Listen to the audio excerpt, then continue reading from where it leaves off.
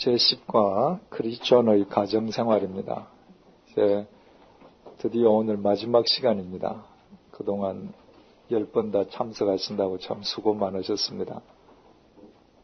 마지막 시간이니까 좋으시죠? 저도 굉장히 좋습니다. 이 강의를 홍성사에서 저한테 요청을 할 때 제 일정이 다 차 있는 상태였거든요. 그 상황에서 이제 10번을 강행군을 하다 보니까 아마 저한테도 그 신체적으로 부담이 많았던가 봐요. 그래서 오늘 끝난다고 생각하니까 아침부터 감기 몸살이 찾아와서 그래서 제가 이 사고의 순발력이 좀 떨어져서 표현력이 미흡하더라도 양해해 주시기 바랍니다. 서론 먼저 읽겠습니다. 참되고 진실된 크리스천을 교회 안에서 구별해내기는 쉽지 않습니다. 적어도 교회 내에서는 모두 크리스천의 모습으로 존재하기 때문입니다. 따라서 참된 크리스천은 교회를 떠나서야 판별됩니다. 교회 밖에서도 크리스천으로 살아가는 사람이라면 그는 진정한 크리스천입니다. 우리가 가정생활을 바르게 꾸려야 할 까닭이 여기에 있습니다. 가정은 우리의 크리스천됨을 스스로 증명하는 제1의 실천장입니다. 이런 의미에서 교회는 큰 가정이요, 가정은 작은 교회라는 말은 참으로 적절합니다. 이 시간에는 가족 간의 관계에 초점을 맞추어 생각해 보겠습니다. 가정은 한 사람은 이룰 수 없죠. 반드시 두 사람 이상 복수라야 가정이 됩니다. 그래서 가정을 논할 때 이 가정의 문제는 가정을 이루는 가족 어느 한 사람에게 일방적으로 의무가 주어지지 않죠. 항상 모든 가족들이 상호간에 의무를 다할 때 바른 가정이 세워진다는 인식이 우리에게 먼저 있어야 되겠죠. 제일 먼저 우리 부부에 대해서 한번 생각을 해보십시다. 부부에 대해서 논할 때 적어도 우리가 세 가지 전제는 미리 생각을 해보아야 되겠습니다. 첫째로 부부가 정말 서로 사랑하며 살기 위해서는 무엇보다도 먼저 상대에 대한 허상을 깨야 된다는 것입니다. 대부분의 남자와 여자가 상대에 대한 허상을 갖고 결혼해요. 그 허상은 나의 바람이 만들어낸 허상일 수도 있어요. 상대는 전혀 그렇지 않은데 내 남편 될 사람, 내 아내 될 사람은 이렇게 멋진 왕자, 멋진 공주, 내가 허상을 만들어내는 거죠. 내가 만들어낸 허상일 수도 있고 상대방이 꾸며낸 허상일 수도 있습니다. 왜냐하면 우리가 다 결혼하기 전에 서로 만나서 데이트할 때 꾸며진 모습을 보이거든요. 처음부터 나의 실상을 안 보인단 말이죠. 그렇기 때문에 결혼이라고 하는 것은 이분이 이런 사람일 것이라고 내가 그렸던 그 허상을 버리고 내 앞에 두 발을 딛고 있는 이 실상을 받아들이는 것이 결혼 생활입니다. 그런데 대부분의 사람들이 결혼을 하고 나서도 결혼하기 전에 자기가 가지고 있던 허상을 짚는단 말이죠. 그 허상을 고수하려면 결국 뭘 부정해야 돼요? 내 앞에 있는 실상을 부정해야 합니다. 그러니까 참 행복하기가 어렵죠. 구름 위에 있는 허상은 하루빨리 버리고 내 앞에 벌거벗은 듯이 드러나 있는 실체로서의 상대를 내가 받아들일 준비가 될 때부터 부부의 참 사랑은 시작되는 것이죠. 두 번째로 우리가 또 생각해야 될 전제는 그러므로 자기 중심적인 생각을 버리기까지는 부부 사이의 문제와 갈등은 해결되지 않습니다. 강남에 있는 주부들을 상대로 조사한 앙케이트에 의하면 이혼을 실행하려 하거나 아니면 한 번이라도 진지하게 이혼을 생각했던 사람이 70%예요. 그 중에는 생각했다가 이미 해결된 사람도 물론 있을 수 있겠죠. 한 번이라도 이혼을 진지하게 생각했거나 아니면 지금 현재 실행 중에 있는 사람이 통계상으로 70%라고 나온단 말이죠. 60%의 주부는 만약에 다시 태어나면 지금 배우자와 절대로 결혼 안 한다고 응답했습니다. 저는 강남에서 10년 목회를 했지 않습니까? 그런데 중요한 것은 강남에 사는 남편들 중에서 내 아내도 그 70% 속에 속하고 60%에 속할 수 있다는 생각은 아무도 안 한단 말이죠. 다 자기는 멋진 남편으로 생각하는 거예요. 주부들도 마찬가지고요. 부인만 그 남편 문제로 와서 목사하고 상담하는 거 아니거든요. 남편도 옵니다. 그런데 남편이 와서 부인 때문에 가슴앓이 하는 걸 토로하는데 그 부인은 남 앞에서 자기가 제일 현모양처처럼 생각하고 살아간단 말이죠. 남모 얘기할 게 아니라 저도 그랬거든요. 제 처가자하고 결혼하고 정말 죽음을 생각할 그 심각한 상황에도 나는 대한민국에서 내가 제일 멋진 남편이라고 착각하고 있었단 말이죠. 그 자기중심적인 생각을 버리지 않으면 서로 물과 기름처럼 겉돌 수밖에 없겠죠. 세 번째로 우리가 생각해야 될 존재는 결혼 생활, 부부 생활할 때 사람들은 말이죠. 사는 것만 생각해요. 그래서 결혼하면 둘이가 사는 거, 그렇지 않아요. 결혼은 죽는 것까지 포함되어 있습니다. 결혼은 둘이서 한 인생을 사는 거거든요. 그러다가 언젠가 하나님께서 누가 먼저 갈지 모르죠. 두 사람 중에 한 사람을 먼저 부르시면 그때부터는 혼자서 두 인생을 사는 거죠. 그게 인생이에요. 그래서 우리가 부부를 논할 때 그 부부 생활 속에는 죽음까지 포함되어 있다는 이 전제를 우리가 분명히 인식할 때만 그때가 언제인지 모르니까 그때가 언제일지라도 후회 없는 사랑의 삶을 살게 되죠. 오늘 밤일지 내일 밤일지 모르는 거거든요. 제가 그 회복의 신앙이라는 제 책의 그 전문을 소개했습니다마는 제가 목회할 때 젊은 나이에 남편을 먼저 하나님 나라로 보냈던 여성도님이 있습니다. 그분이 그 이후에 적은 글이 있어요. 그 글 중의 일부를 제가 한번 읽어드릴게요. 잘 한번 들어보십시오. 응급실에 누워있는 남편을 바라보면서 나는 이 순간 내가 그를 위하여 할 수 있는 최선의 사랑이 무엇인지를 생각하고 있었다. 우리에게 남아있는 이 마지막 시간에 내가 그에게 줄 수 있는 사랑을 생각하고 있었다. 3년이란 투병 생활, 그 기도, 애원, 몸부림, 그리고 바람.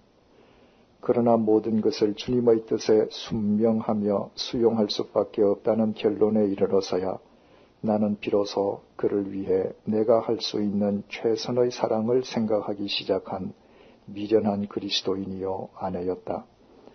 나는 문득 내 자신에게 물었다.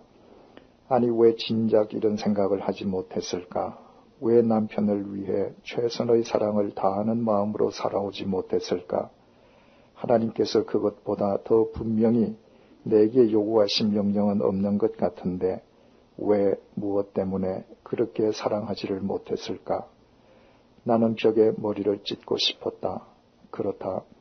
부질없는 삶의 외적 조건들만 성취하느라고 눈에 보이는 신앙의 겉껍질들만 가꾸느라고 주님께서 우리에게 보여주신 사랑의 본질을 실천하지 못했구나.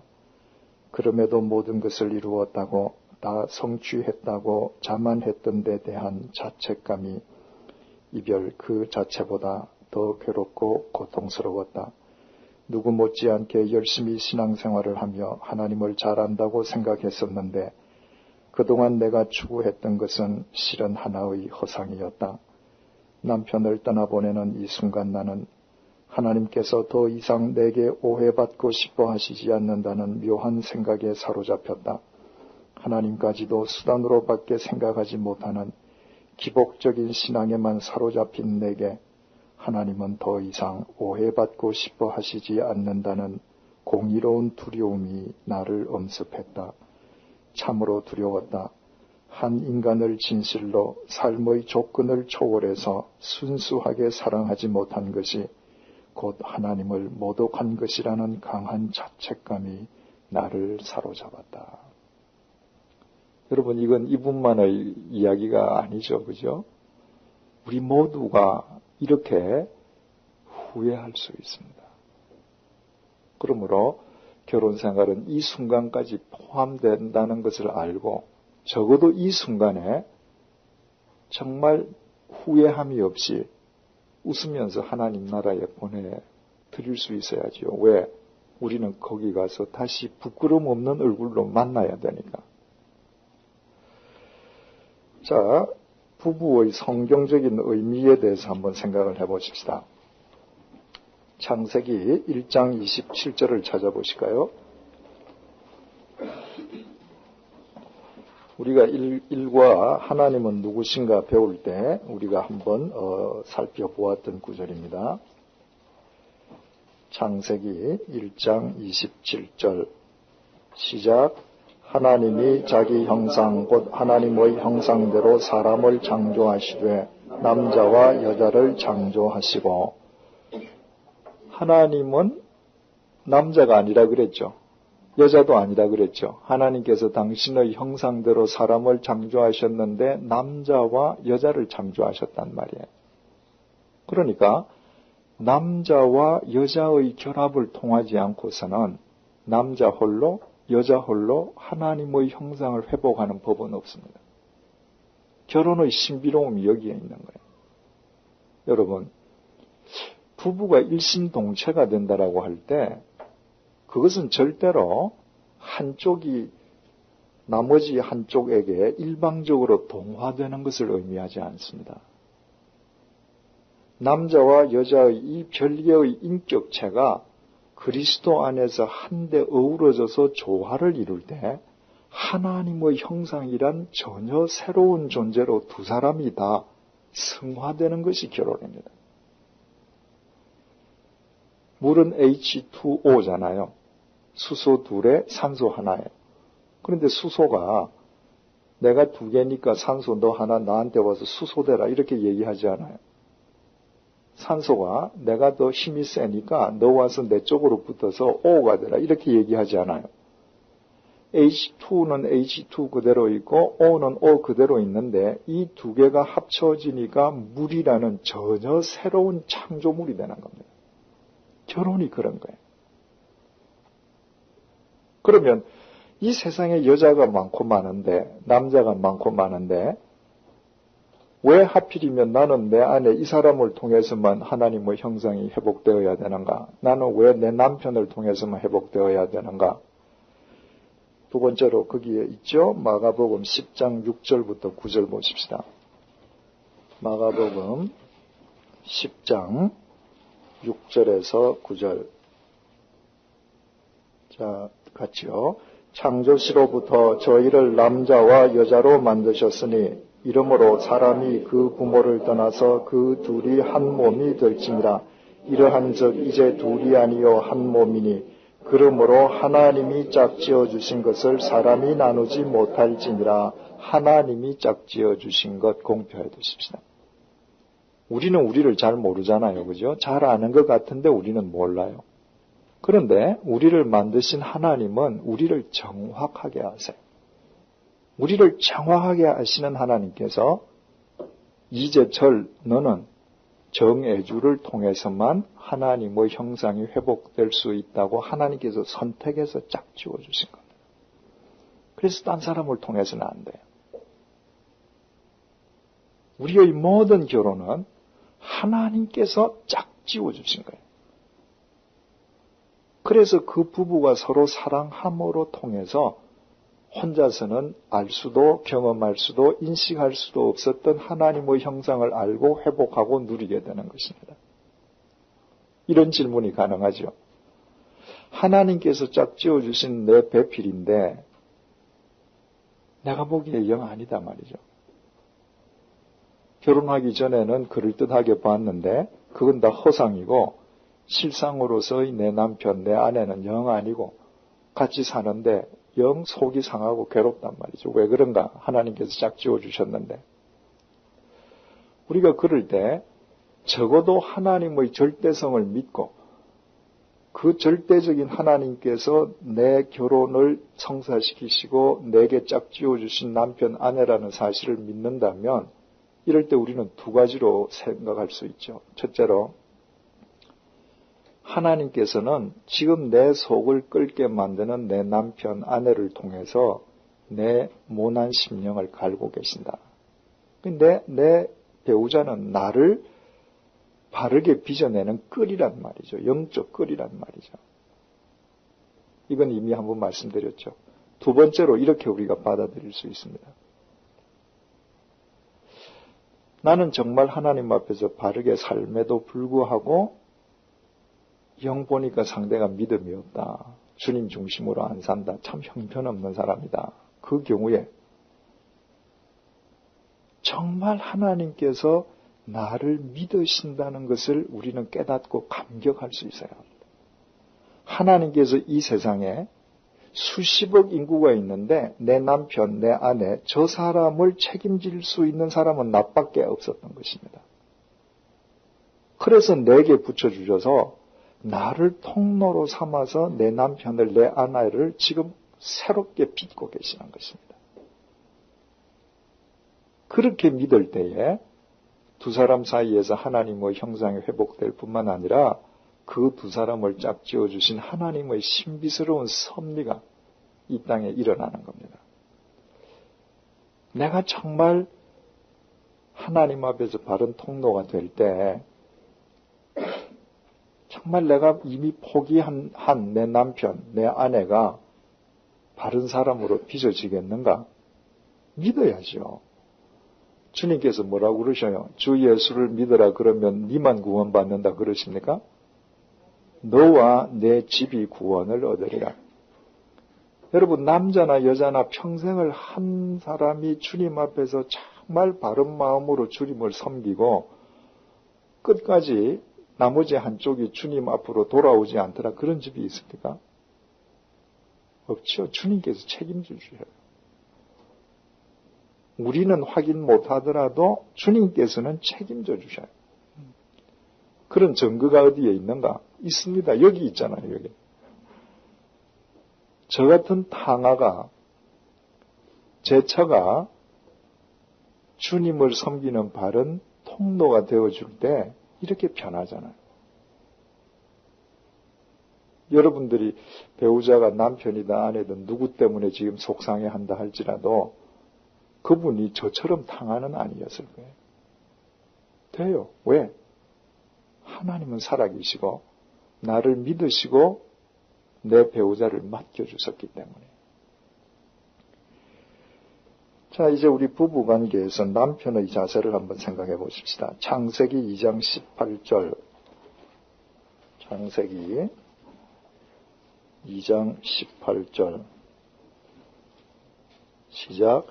여호와 하나님이 가라사대 사람의 독주하는 것이 좋지 못하니 내가 그를 위하여 돕는 배필을 지으리라. 돕는 배필 공표하십시다. 하나님께서 남자를 먼저 창조하셨죠. 그 뒤에 여자를 창조하셨는데 남자를 돕는 배필로 창조하셨습니다. 그 이야기는 무슨 의미겠습니까? 남자가 만약 홀로 자기 인생을 완성할 수 있는 존재로 하나님께서 만드셨다면 돕는 배필을 안 붙여주시겠죠. 하나님께서는 여자의 도움이 없이는 남자의 인생이 완성될 수 없도록 남자를 만드셨습니다. 그렇다면 아내에 대한 남자의 자세는 어떠해야 하는가? 내 아내의 도움 없이는 내가 무엇을 하든 하나님 앞에서 나의 인생이 참되게 바로 설 수 없다는 것을 알고 아내를 대하게 되어야죠. 거기에 기억 카이사르의 경우 이렇게 되어 있죠. 카이사르는 우리식으로 로마의 시저지요. 그죠? 시저. 시저가 원로원에 나가는데 그날 나가는 날이 뭐 하기로 결정되어 있었어요? 황제가 되는 날이거든요. 결정하는 날이거든요. 그런데 그때 시저의 아내가 클레오파트라예요. 클레오파트라가 나가지 마라 그랬습니다. 시저가 그 말을 들었어야죠. 그런데 시저는 안 들었습니다. 왜냐하면 로마 정치에 대해서는 넌 모른단 말이야. 이집트 네가 뭘 아냐. 여자는 말하지 마라. 만약에 그때 시저가 클레오파트라가 로마 정치에 대해서는 문외한이지만 남편인 자기를 도울 수 있는 본능이 그에게 있다는 걸 알았더라면 들었을 거예요. 그리고 만약에 그 아내의 도움의 말을 들었더라면 시저의 인생도 로마의 역사도 바뀌었겠죠. 그런데 묵살했습니다. 그리고 나갔다가 어떻게 됐죠? 난도질을 당해서 죽었습니다. 난도질을 당해서. 그 아내의 돕는 역할을 경홀히 여길 때 그 인생이 얼마나 무의미한지 참 아주 드라마틱하게 우리에게 보여주죠. 두 번째로 빌라도의 경우가 있습니다. 마태복음 27장 보십시다. 마태복음 27장 19절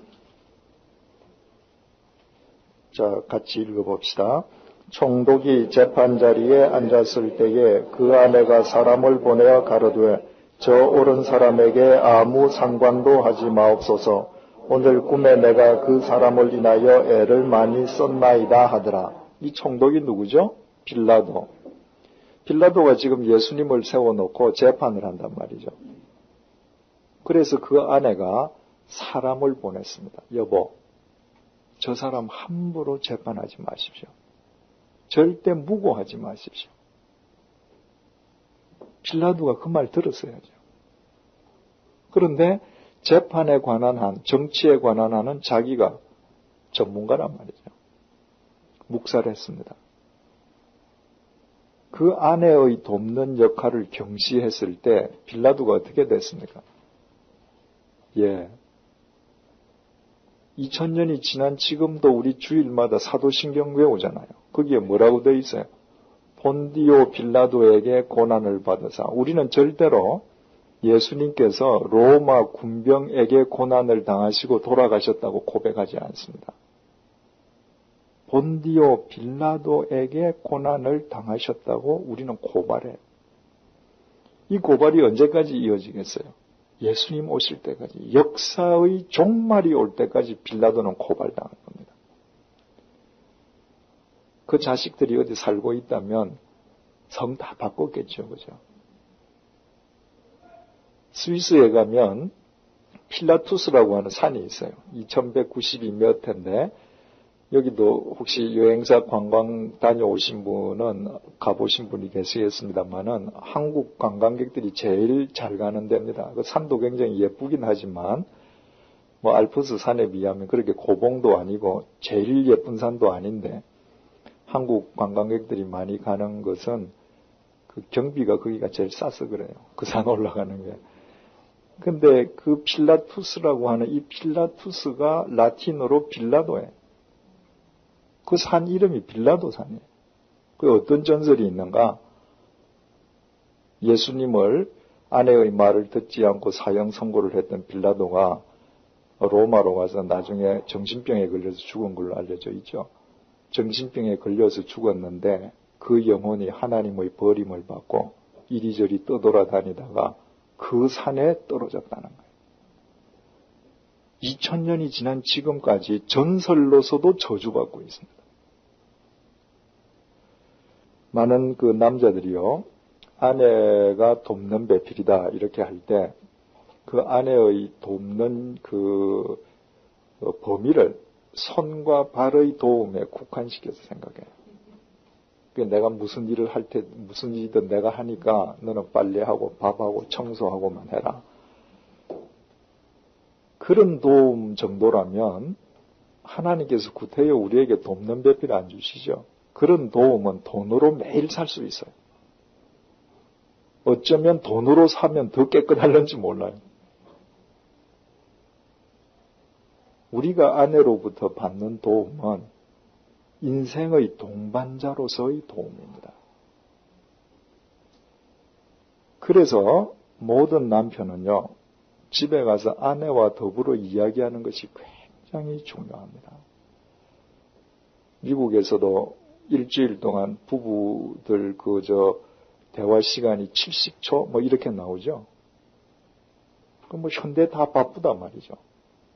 그러니까 미국 부부들도 뭐 10초면 하루에 몇 초입니까? 한 12초, 그죠? 그게 뭐 밥 먹자, 뭐 신문 보자, 텔레비 꺼라, 뭐 자자, 뭐 이런 말이면 끝나는 거죠. 그렇게 해서 아내의 도움이 오겠습니까?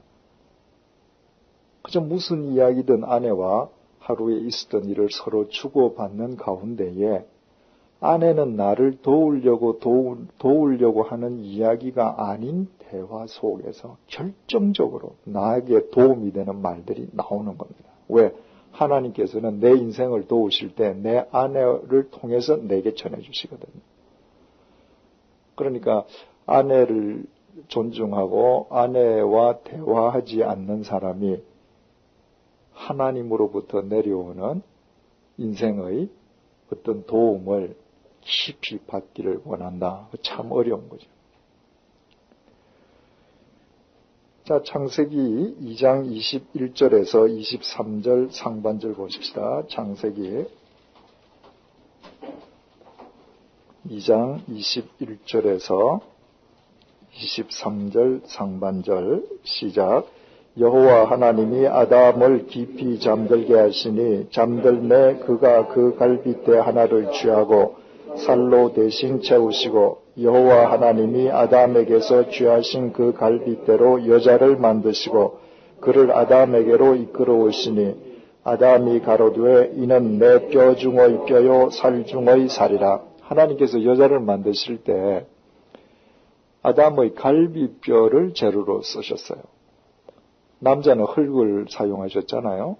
그런데 여자는 남자의 갈비대로 만드셨단 말이죠. 뼈의 역할은 보호와 지탱이죠. 뼈가 없으면 우리 주저앉을 거 아니에요. 그죠? 지탱합니다. 뿐만 아니라 뼈가 없으면 속에 있는 장기들이 보호가 안 되겠죠. 보호와 지탱인데 우리 몸에 수많은 뼈들이 있단 말이죠. 그런데 하나님께서는 하필이면 갈빗대로 여자를 지으셨어요. 갈빗대의 기능이 뭘 보호하는 거예요? 심장과 허파입니다. 생명 그 자체를 지키는 뼈예요. 그래서 하나님께서 아담을 잠자게 하시고 갈비뼈, 그의 생명을 지키는 그 뼈를 가지고 여자를 만들었습니다.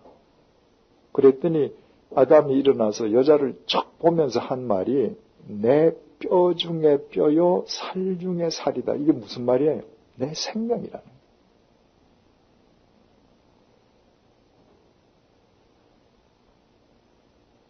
여자는 남자의 생명입니다.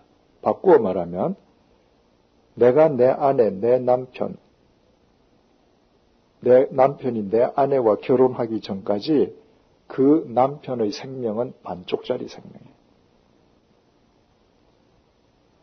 아내와 내가 결합함으로써 온전한 생명이 되는 겁니다. 그렇다면 이제 간단하게 공식이 나오죠. 내 아내를 사랑하는 것은 누구를 사랑하는 거예요? 내 생명을 사랑하는 겁니다. 내 아내를 미워하면 나를 미워하는 거예요. 왜? 그가 내 생명이기 때문에. 그래서 에베소서 5장 28절 3번에 에베소서 5장 28절 있죠? 한번 찾아보십시다. 에베소서 5장 28절 신약성경 316페이지예요. 시작. 이와 같이 남편들도 자기 아내 사랑하기를 제 몸같이 할지니 자기 아내를 사랑하는 자는 자기를 사랑하는 것이라. 하나님께서 일깨워 주시잖아요.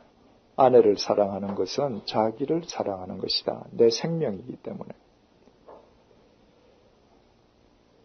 여러분, 아내는 반사경과 똑같습니다.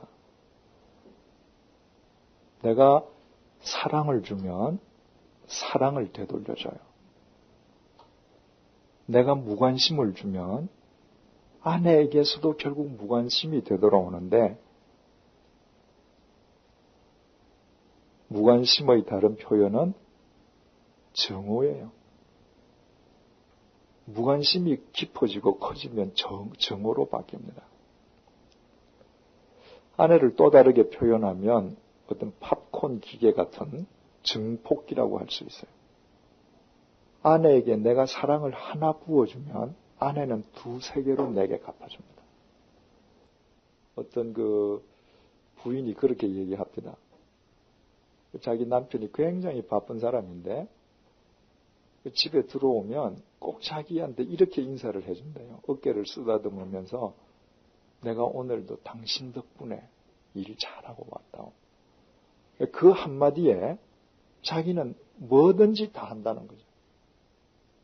내가 하나를 진심으로 넣어주면 2-3개를 되돌려줘요. 이제 방금 말씀드렸듯이 하나의 무관심을 넣으면 증폭된 증오로 되돌아옵니다. 여자들이 하늘 품으면 5, 6월에 서리가 내린다 그러잖아요. 몰랐던 여자가 하늘 품습니까? 그렇지 않습니다. 제일 잘 아는 여자가 하늘 품어요. 왜? 내가 주어야 될 걸 주지 않을 때. 여자는 아주 푸른 초원과 같아요.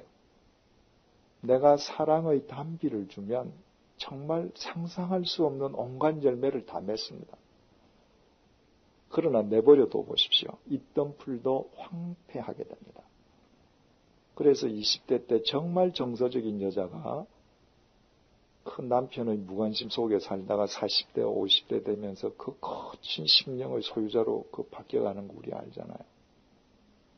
그다 남자가 그렇게 만드는 거예요. 그래서 제일 유치하고 어리석은 남자가 누군지 아세요? 나를 위하는 게 나를 위하는 줄 아는 남자. 나만 소중하고 아내 소홀히 하는 여자들 있잖아요. 자기는 다니면서 구더기까지 먹어요. 몸에 좋다고. 몸에 좋다고 구더기 먹고 이러는 사람들이 아내 사랑합니까? 아니에요. 되게 밖에 나가서 딴짓합니다. 자기를 사랑하는 것이 자기를 사랑한다고 생각하는 것은 천만의 말씀입니다. 그건 자기 생명의 질을 떨어뜨리는 거고 자기의 반쪽인 아내의 생명을 무의미하게 만드는 거죠. 그래서 에베소서 5장 25절에서 이렇게 이야기합니다. 에베소서 5장 25절 우리 남자 성도님들만 같이 한번 읽어보십시다. 시작.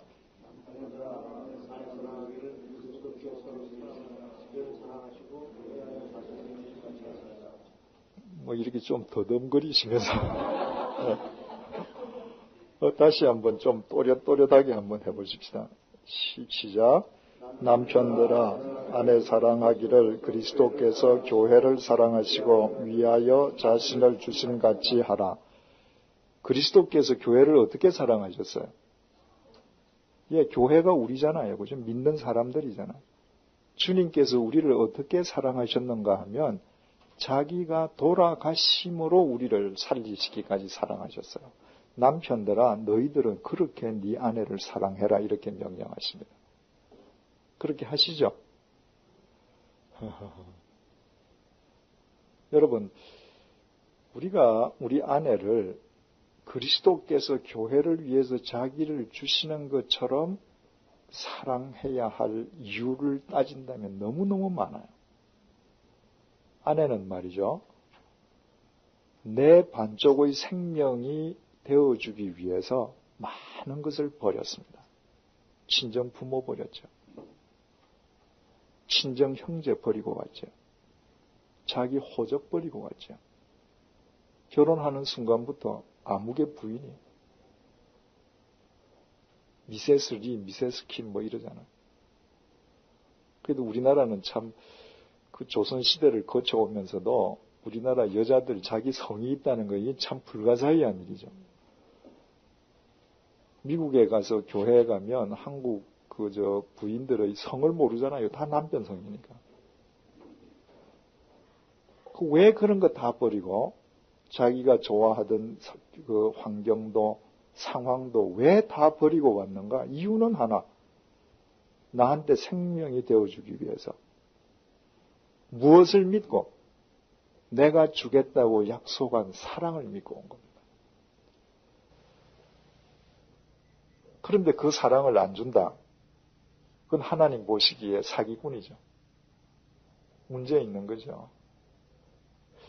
그 아웅산 사건 때 그 참변을 당하셨던 당시 외무부 장관 이범석 그 집사님이 돌아가시고 나서 일기가 공개됐었잖아요. 그 일기 중에 참 감동적인 구절이 있죠. 자기 아내를 사랑할 수 없는 남자는 절대로 타인을 사랑할 수 없고 밖에서 결코 큰 일을 할 수 없다. 내 생명이 되어주겠다고 모든 것을 버리고 나에게 온 내 아내를 사랑하지 못하는 사람이 누구를 정말 존중하고 사랑하겠어요? 못합니다. 절대 못하죠. 자기 욕망을 위해서 이용할 수는 있을는지 모르지만 사랑할 수 없죠. 뿐만 아니라 내 생명이 되어주기 위해서 내 곁에 있는 자를 내가 지켜주지 못하는 자가 많은 사람을 위해서 무슨 큰 일을 하겠어요? 많은 사람을 도구로 부릴 줄은 알겠지만 정말 참 적절한 표현이죠. 그리스도께서 교회를 위해서 자기를 주셨어요. 돌아가셨어요. 사지가 찢어져서 돌아가셨습니다. 그랬더니 하나님께서 그분을 살리셨어요. 하나님께서 살리시고 부활의 주로 영원히 세우셨습니다. 내가 내 아내를 나를 죽이기까지 사랑하면 내가 소진되고 탈진하고 내 인생이 쓰러지는 것이 아니라 하나님께서 많은 사람들 가운데 내 아내로 짝지어주신 내 아내에게 나의 모든 것을 주고 사랑하면 하나님의 위로와 하나님의 은총이 그 남자에게 임합니다. 우리가 예배 때 배운 용어를 빌린다면 하나님의 타치가 임하는 거예요. 우리가 가정생활을 통해서 내 가정에서 내가 하나님의 타치를 내가 어떻게 경험하고 살 수 있는가? 간단해요. 어떤 상황이든지 내 아내를 사랑하면 하나님의 타치가 임합니다. 창세기 24장 67절 한번 보십시다. 창세기 24장 67절. 창세기 24장은 그 이삭의 결혼장이에요. 그래서 그 아브라함이 아버지인데 자기 아들 이삭을 어떻게 결혼시켰는가 창세기에서 제일 긴 부분이죠. 그만큼 가장 중요하다는 거죠. 시간 나실 때 여러분들이 쭉 읽어보십시오. 전부 다 우리에게 교훈이 되는 구절들인데 그 24장 67절이 이래요. 이삭이 리브가를 인도하여 모친 사라의 장막으로 들이고 그를 취하여 아내를 삼고 사랑하였으니 공표하십시다. 이삭이 모친 상사 후에 이삭이 결혼할 때는 어머니가 돌아가신 뒤였습니다. 그런데 아내를 사랑하였으니 이삭이 모친 상사 후에 뭘 얻었어요? 위로를 얻었더라. 공표하고 연결을 해두세요. 자, 그 문구를 잘 보십시오. 그를 취하여 아내를 삼고 사랑하였으니 이삭이 모친 상사 후에 위로를 얻었더라. 만약에 사랑하지 아니하였으니 이렇게 되면 어떻게 됐겠어요? 위로가 없었더라. 여러분, 이삭이 어머니가 돌아가신 뒤에 결혼하고 아내 리브가를 얻었는데 야, 내 어머니가 돌아가셔서 굉장히 내 마음이 울적하거든. 그러니까 당신이 나 위로 좀 해줘. 어머니 같은 모성애로 나 좀 감싸줘. 그러지 않았습니다. 만약 그랬더라면 그저 유한한 인간의 단 몇 분의 위로로 끝나버렸겠죠. 이삭은 위로를 받아야 할 상황에서 위로를 받으려 한 것이 아니라 오히려 자기 아내를 사랑했습니다. 그때 하나님의 위로가 이삭에게 임하는 겁니다. 터치가 임하는 거예요. 여기에서 위로를 얻었다. 이게 히브리 말로 동사가 나함인데 그 본래 뜻이요. 크게 숨을 쉬었다는 거예요. 왜? 그 이전까지는 이삭 생명은 반쪽짜리예요. 그런데 하나님께서 리브가 자기 또 나머지 반쪽 생명을 주셨어요. 그 아내를 사랑하였더니 비로소 태어나서 난생 처음으로 생명답게 숨을 쉴 수 있었어요. 성령님을 가리킬 때 히브리 말로 루아흐잖아요. 숨이라는 말이거든요. 그래서 하나님께서 그 사람을 지으시고 또 생기를 불어넣으신다 이랬는데 예수님께서 제자들에게 너희들 이제 성령을 받으라 하면서 요한복음은 뭐라 그러셔요? 후 하고 숨을 내미시죠. 성령 충만하다고 하는 것은 하나님의 호흡으로 살아가는 것인데 누가 하나님의 호흡으로 큰 숨을 쉬면서 살아갈 수 있는가? 아내를 사랑하는 자입니다. 그 사람이 생명다운 생명의 쉼을 쉬는 거예요. 자, 부부 사이에서 이제 아내의 자세를 한번 우리 살펴보십시다.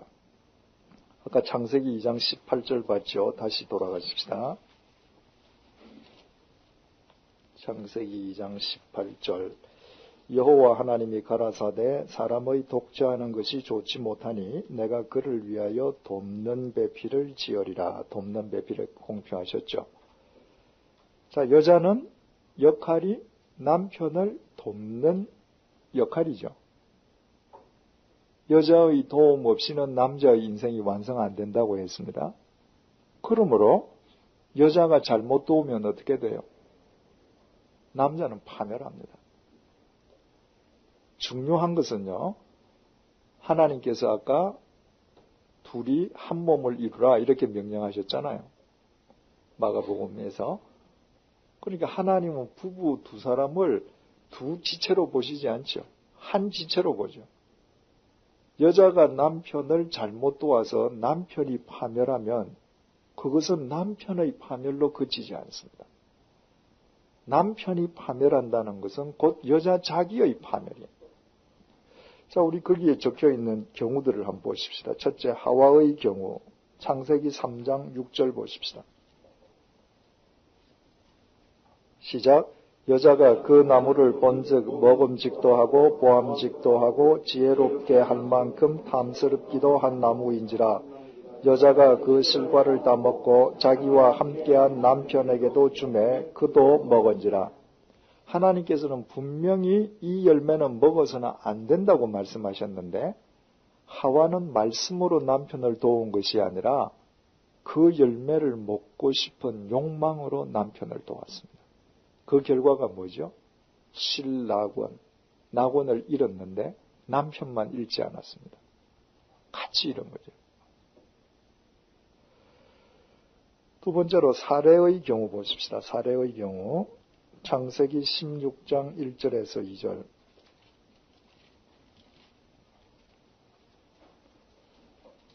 시작. 아브라함의 아내 사레는 생산치 못하였고 그에게 한 여종이 있으니 애굽 사람이요 이름은 하갈이라. 사레가 아브라함에게 이르되 여호와께서 나의 생산을 허락지 아니하셨으니 원컨대 나의 여종과 동침하라. 내가 혹 그로 말미암아 여자를 얻을까 하노라 하매 아브라함이 사레의 말을 들으니라. 아브라함은 아브라함의 옛 이름, 사레는 사라의 옛 이름이죠. 그런데 하나님께서 아브라함을 부르셔서 내가 너한테 아들을 줄게 약속을 하셨어요. 하나님께서는 부부를 두 지체로 보신다고요? 아니죠. 한 지체로 보시는 거죠. 그러면 남편 아브라함에게 너에게 자식을 줄게라고 하면 누구에게 주겠다는 얘기예요? 사라에게 주겠다는 얘기예요. 근데 사례는 여기서 뭐라고 속단했습니까? 여호와께서 나의 생산을 허락지 아니하셨으니 자기가 생각하던 기한까지 아이가 없자 자기한테 일어나는 생리 현상을 보고 하나님께서 허락지 않으셨다 속단했습니다.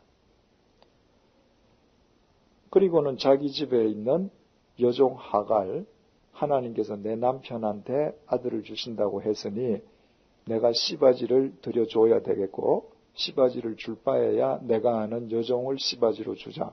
남편을 돕는다고 도왔죠. 도운 건가요? 아니에요. 어떻게 됐습니까? 근 4,000년이 지난 지금까지 이삭의 후손 이스라엘과 이스마엘의 후손 아랍 민족이 피를 흘리고 싸우죠. 그러니까 이 여자 역시 남편을 잘못 도운 결과 남편만 불명예스럽게 만든 것이 아니라 후손들의 역사까지 망쳐놨습니다. 한 번 잘못 도왔는데 이런 엄청난 결과가 초래되는 겁니다. 이세벨이라고 하는 여자 경우를 한번 보십시다. 열왕기상 21장 7절에서 10절. 이게 지금 어떤 상황이냐면요. 이세벨은 이스라엘 북왕국의 아합이라는 왕의 부인이에요. 왕비예요. 그런데 이 아합 왕궁 바로 옆에 나봇이라고 하는 사람 포도원이 있는데 이 포도원의 땅이 굉장히 좋습니다. 그래서 아합 왕이 그 포도원만 자기 왕궁에 편입을 시키면 아주 그 왕궁을 더 멋지게 리모델링 할 수 있겠단 말이죠. 그래서 왕이니까 나봇을 불러다가 야, 그 땅 나한테 줘라. 그래서 그 땅에 해당하는 내가 딴 땅을 주던가 아니면 네가 원하는 돈을 줄게. 그랬더니 나봇이 이 땅은 우리 자손 대대로 조상으로부터 물려받은 땅이니까 안 되겠습니다. 거절을 했단 말이죠. 아합이 굉장히 심약했던 사람인가 봐요. 이 왕이 궁궐에 들어가서 얼굴에 수색이 끼어서 잘 마시지도 못하고 먹지도 못해요. 그러니까 왕비가 당신 왜 그러시오? 이제 사실을 이야기했단 말이죠. 그랬더니 이세벨이 이거 간단해요. 내가 도와드릴게요. 어떻게 도와드리는가? 7절에서 10절 말씀 같이 읽어보십시다. 그 아내 이세벨이 저에게 이르되 왕이 이제 이스라엘 나라를 다스리시나이까 일어나 식사를 하시고 마음을 즐겁게 하소서. 내가 이스라엘 사람 나봇의 포도원을 왕께 드리리이다 하고 아합의 이름으로 편지들을 쓰고 그 인을 줘서 그 성에서 나봇과 함께 사는 장로와 귀인들에게 보내니 그 편지 사연에 이르기를 금식을 선포하고 나봇을 백성 가운데 높이 앉힌 후에 비류 두 사람을 그 앞에 마주 앉히고 저에게 더하여 증거하기를 내가 하나님과 왕을 저주하였다 하게 하고 곧 저를 끌고 나가서 돌로 쳐 죽이라 하였더라. 왕의 이름으로 사람들을 불러 모으고 조폭을 시켜서 이 나봇이 하나님과 왕을 저주했다. 거짓 증거를 내세워서 쳐 죽여라. 그래서 그대로 죽였습니다. 그러니까 단돈 1원도 안 들이고 나봇 포도원을 빼앗은 거죠. 아마 이세벨은 굉장히 잘 도왔다고 생각하는지 모르겠습니다. 그런데 그 결과 어떻게 됐죠? 아합은 이스라엘 왕들 중에서 가장 패역한 왕이 되었습니다. 뿐만 아니라 아합이 죽었을 때 개들이 왕의 피를 핥았습니다. 뿐만 아니라 남편이 죽고 나서 잠시 이 왕비가 권력을 행사했는데 이 왕비는 부하들의 쿠데타에 의해서 살해당하고 이세벨의 경우에는 개들이 시체를 뜯어먹었습니다. 자기 욕망으로 남편을 그릇 도울 때 남편만 버리는 것이 아니라 자기 자신도 처참하게 인생을 마무리한 거죠. 마지막으로 헤로디아의 경우를 하나 더 보십시다. 마가복음 6장 17절에서 20절입니다. 마가복음 6장 17절에서 20절. 자, 잘 들어보세요. 전에 헤롯이 자기가 동생 빌립의 아내 헤로디아에게 장가 든 거로 이 여자를 위하여 사람을 보내어 요한을 잡아 옥에 가두었더니 이는 요한이 헤롯에게 말하되 동생의 아내를 취한 것이 옳지 않다 하였습니다. 헤로디아가 요한을 원수로 여겨 죽이고자 하였어되 하지 못한 것은 헤롯이 요한을 의롭고 거룩한 사람으로 알고 두려워하여 보호하며 또 그의 말을 들을 때에 크게 범민을 느끼면서도 달게 들음이러라. 여기에 헤롯은 헤롯 대왕의 아들 헤롯 안티파스예요. 이 헤롯 안티파스가 자기 동생 아내를 빼앗아서 왕비로 삼았습니다. 그랬더니 세례 요한이 하나님 앞에서 그건 잘못된 짓이다 하고 공개적으로 비판을 했거든요. 그런데 그 이야기를 듣고 왕비 헤로디아가 저 세례 요한은 내 원수다. 저 죽여야지. 죽이고 싶은데 못 죽였어요. 왜 못 죽였느냐? 자기 남편 헤롯 안티파스가 헤롯 안티파스를 비판함에도 불구하고 세례 요한을 의인으로 믿고 그가 선포한 그 말 때문에 양심의 가책을 느낀단 말이죠. 여러분, 저는 이 구절을 읽을 때 분명히 하나님 사자의 말씀을 듣고 이 왕이 자기의 잘못을 깨닫고 양심의 가책을 느낄 정도일 때 이 옆에 부인이 말씀으로 도왔으면 헤롯의 인생은 달라졌겠죠. 그런데 이 이후에 어떻게 하죠? 헤롯 안티파스 임금의 생일 때 헤로디아가 데리고 간 딸이 춤을 춥니다.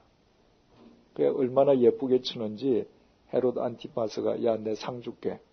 너 뭐든지 원하는 대로 소원을 이야기하라.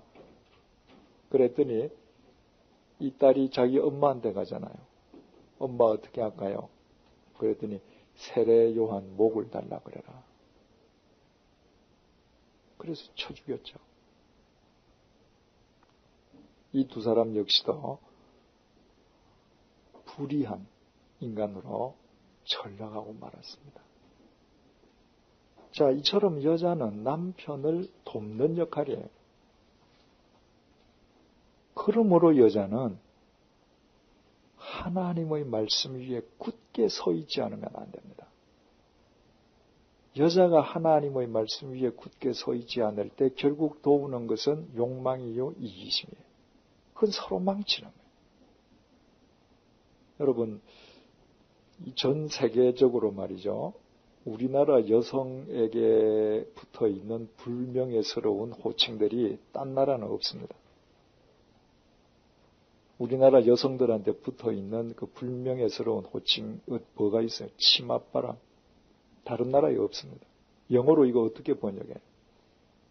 스커트 윈드. 지금 아시죠? 카나다나 미국에서 조기 유학하고 엄마들이 그 카나다, 그 미국 그 교사들한테 돈봉투 돌리고 해서 엉망으로 만들어 놓는 거 아시죠? 치맛바람이. 복부인 세상에 우리나라밖에 없습니다. 세상에 부동산 투기하는 사람들 많아요. 그런데 다른 나라는 남자들이 하죠. 우리나라처럼 여자들이 돈 싸들고 전국을 투기장으로 만드는 나라는 우리나라밖에 없습니다. 그런 사람들이 남편을 무엇으로 돕겠는가? 이 세상에서 잘 살 수는 있을런지 모르지만 하나님 앞에서는 결국 물거품 같은 생을 위해서 자기 생을 그냥 의미 없이 깎아먹는 거죠. 그죠? 어떤 이런 우스개 얘기가 있잖아요. 어떤 여자 성도님이 아주 복부인이란 말이죠. 그 주일날도 예배 끝나고 나면 뭐 계속 돌아다니는 거예요. 근데 그날 저녁은 여선교회 헌신 예배인데 그 복부인이 이제 성경을 읽는 순서에 그랬더니 요한복음 14장 1절을 읽는데 나가서 요한복음 14동 1호 읽읍시다. 하루 종일 아파트만 보고 와서 그러니까 하나님을 믿는다라고 하면서도 그렇게 살면 남편과 자식을 뭘로 돕겠어요? 돈으로 많은 일을 할 수 있을 것 같죠. 중요한 일은 돈으로 하나도 못합니다. 집은 돈으로 사지만 가정은 돈으로 못 사잖아요. 침대는 돈으로 사지만 잠은 돈으로 못 사잖아요. 물건은 얼마든지 돈으로 사지만 행복 돈으로 못 사잖아요. 정말 우리 한국 여성 크리스찬들 하나님의 말씀 위에 굳게 서야 합니다. 우리 사회 정의는 남자들한테 달려있는 게 아니라 여자들이 말씀 위에 바로 서느냐 아니냐로 결정된다고 보면 틀림없습니다. 잠언서 14장 1절 보십시다. 잠언서 14장 1절.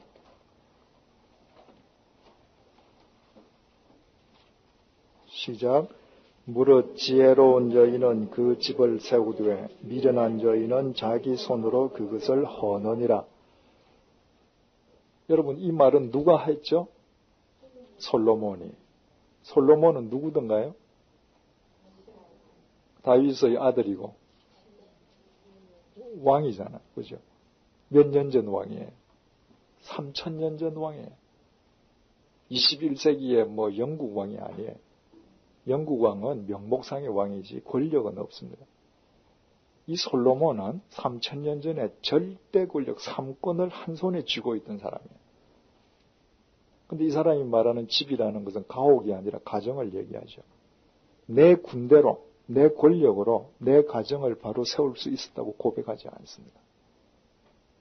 지혜로운 한 여자에 의해서 가정이 세워지고 미련한 여자에 의해서 가정이 허물어지더라. 솔로몬은 어두운 터널을 지났던 사람이죠. 한때 참 방탕했던 사람입니다. 그가 그 터널을 지나고 하나님 앞에 되돌아와서 깨달은 것이 있습니다. 가정은 여인에 의해서 흥망성쇠가 결정된다는 거예요. 왜? 이제 방금 배웠죠.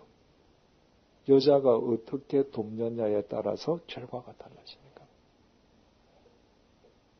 그래서 지혜로운 여자는 남편을 하나님의 말씀으로 지혜로 바로 돕기 때문에 그 가정이 서는 것이요. 그렇지 않은 여자는 결국 욕망으로 돕는 것이니까 물거품처럼 사라져버리는 거죠. 자, 그렇다면 돕는 배필이라고 하는 이 의미가 좀 더 깊게 생각하면 뭐겠는가. 지금 돕는 배필이라는 말이 여러 번 나왔잖아요. 여기에 돕는 배필이라는 것을 히브리 말로 에제르 네게드라고 그래요. 에제르 네게드. 이거를 영어로 번역을 하면 helping opposite 돼요. helping opposite. 잘 보고 쓰십시오. helping은 돕는다, 돕는 형용사형으로 opposite 돕는 opposite이다. 이 말인데 영어로 opposite이라고 하는 이 말은 우리말로 두 가지 뜻이 있어요. 첫째 opposite이라고 하는 것은 상대방이라는 거예요. 그러니까 돕는 배필할 때 첫 번째 뜻은 돕는 상대방이다 이 말이죠. 여러분, 여자가 남자를 돕는다는 것, 돕는 배필이 된다는 것은 예스로 돕는 거예요. 노아의 아내가 노아가 밥만 먹고 나면 한 푼도 벌어오지 않고 오히려 있는 거 써가면서 축구장보다 더 큰 배를 만든대. 노아의 아내는 예스하고 도왔습니다. 베드로가 성전 미문 앞에 있는 안전뱅이한테 뭐라고 얘기했습니까? 형제여, 내게는 당신이 요구하는 은과 금은 없습니다. 그러나 내게 있는 것이 있는데 나사렛 예수 그리스도십니다. 그 이야기는 베드로는 은과 금을 목적으로 살지 않았던 사람이죠. 한번 생각을 해보십시다. 만약 베드로의 아내가 여보, 당신도 다른 남편처럼 은과 금 좀 가져와라. 그리고 베드로의 발목을 잡았으면 절대 베드로 그렇게 못 살죠. 그 베드로의 아내는 예스하고 돕는 겁니다. 여러분의 남편이 그리스도를 향한 중심으로 살기 위해서 내 동창생들보다 상대적으로 작은 아파트에 만족하고 작은 차를 탈 때 예스하고 도와야 돼요. 내 남편이 주어진 봉급에 만족하면서 맞추어 살아갈 때 예스 하면서 도와요. 어떤 경우에도 예스 할 때 욥의 아내처럼 노 하면 안 돼요. 욥이 재산 잃었죠, 그죠? 건강 잃었죠, 자식 잃었죠. 파멸한 거죠. 그 상황에서도 욥은 하나님을 향한 믿음을 버리지 않았습니다. 그때 욥의 아내는 예스 했어야죠.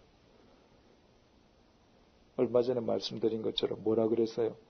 너 나가서 하나님 저주하고 죽어라. 노 했습니다. 그래서 가장 미련한 아내의 대명사가 됐죠. 헬핑 아프짓 할 때 이 아프짓의 두 번째 뜻이 있습니다. 반대자라는 말이에요. 따라서 돕는 배필, 헬핑 아프짓이라고 하는 두 번째 뜻은 돕는 반대자가 되는 겁니다. 여러분, 남편을 돕는 아내가 된다는 것은 시도 때도 없이 예스만을 하는 것이 절대로 아닙니다. 노해야 될 때 지혜롭게 노해야